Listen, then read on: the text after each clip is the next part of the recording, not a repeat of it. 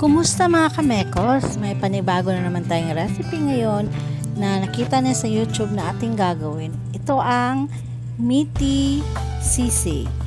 Meaty sisig dahil ito ay hindi usual na sisig. Ito ay gawa sa giniling na pork. So, unang gagawin ay ang pinaanuhan ko muna yung giniling, tinusta para lumabas yung sariling mantika. So ayan, dahil nagmantika na siya, lutuin natin ang ating sibuyas, ang mga aromatics, sibuyas, mekos-mekos, at isunod natin ang ating bawang. So ayan, mekos-mekos pa rin yan para masarap talaga pag maraming sibuyas, mga aromatics ba. So, habang nakasalang, sinunod ko ay gumawa ako ng sauce niya. Bali, mayonnaise lang to. Tansya-tansya lang yung measurement. Mayonnaise, nilagyan ko ng black pepper. At kalamansi. Yan. Tinansya-tansya ko lang din yan kung ilang kalamansi ilalagay. So, ayan. Natanggal na yung niya, mga buto. Nasa 3 yata yun, para napasobra nga yung kalamansi. Pero ayan, minix ko na siya doon sa ating mayonnaise. So next naman is nilagyan ko ng sugar, konti lang din para maglaban yung alat, asim at saka tamis.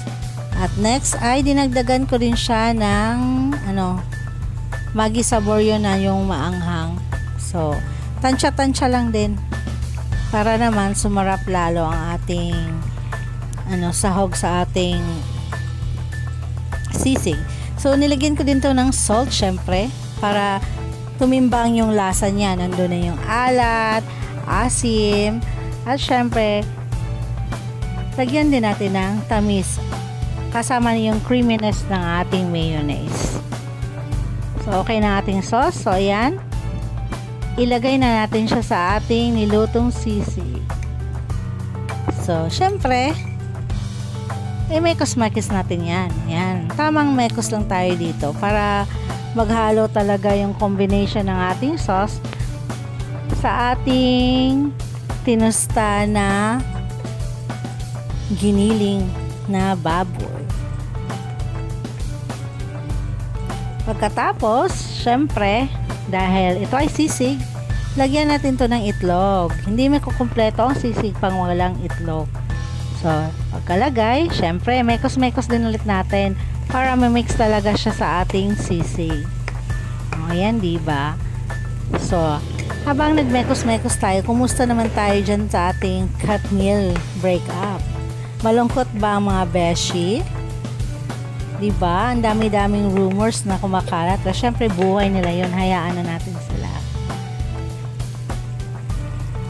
Ang ating tindihin, ang ating nilulutong sisig. So, ayan, nilagyan ko siya ng siling espada, yung green.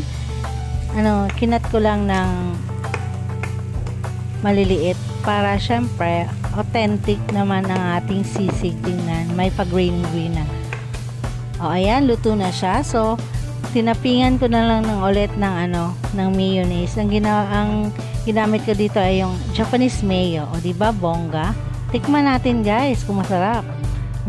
Paalam. Salamat sa panonood.